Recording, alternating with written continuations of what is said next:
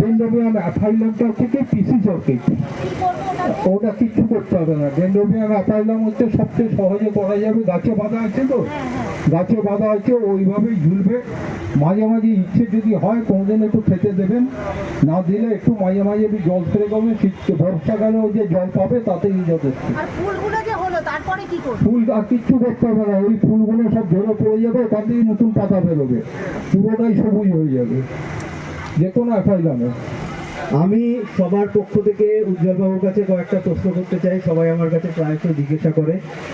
আপনারা জানেন যে আমারও কিছু ভিডিও চলে, আমিও গার্ডেনিং করি, সেগুলো শেয়ার করি, ফেসবুক ইউটিউবেও আছে।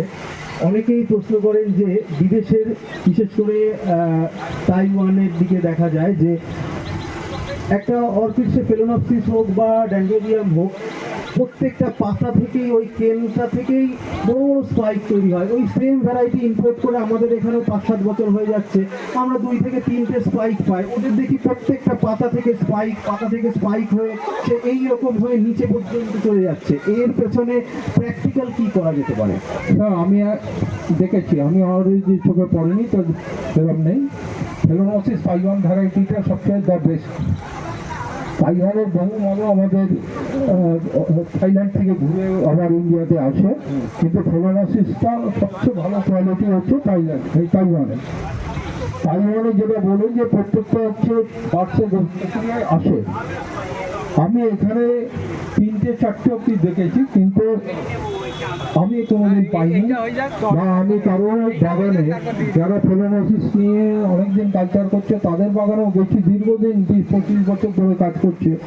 তাদের অবশ্য তখন তাইওয়ান ভ্যারাইটি ছিল না, তাইওয়ান ভ্যারাইটি এই 4-5 বছর এসছে, তাদের কাছেও আমি দেখিনি। 3-4টে অব্দি স্টিক আমি দেখেছি। এরকম আমাদেরও হচ্ছে, কিন্তু ওদের মতন ঠিক কোনোভাবেই করতে পারছি না। এখানে আমি মনে হয় সেইভাবে খারাপ কোনো মন্তব্য করব না, আমি শুধু বলবো যে আমরা পাচ্ছি না, ওরা আমাদের কাছে বিশ্বাস। আচ্ছা, এমন কি আপনার কখনো মনে হয় যে ওরা কোনো স্পেশাল ফার্টিলাইজার ইউজ করছে যেটা আমরা হয়তো পাচ্ছি না? মেবি হতে পারে, আমাদের কাছে সেই ফার্টিলাইজার আমাদের কাছে নেই। ফার্টিলাইজারের মধ্যে ডিফারেন্স আছে, কিছু মাইক্রোনিউট্রিয়েন্টের ডিফারেন্ট আছে, যেগুলো ফাইটার নামটা বলছি, ফাইটার কোম্পানির কিছু আছে ফার্টিলাইজার, যেগুলো আমাদের নর্মাল আমরা যেগুলো পাই প্যারিসের থেকে আর একটু বেটার হচ্ছে হাইপার, ইসরায়েলের কোম্পানি।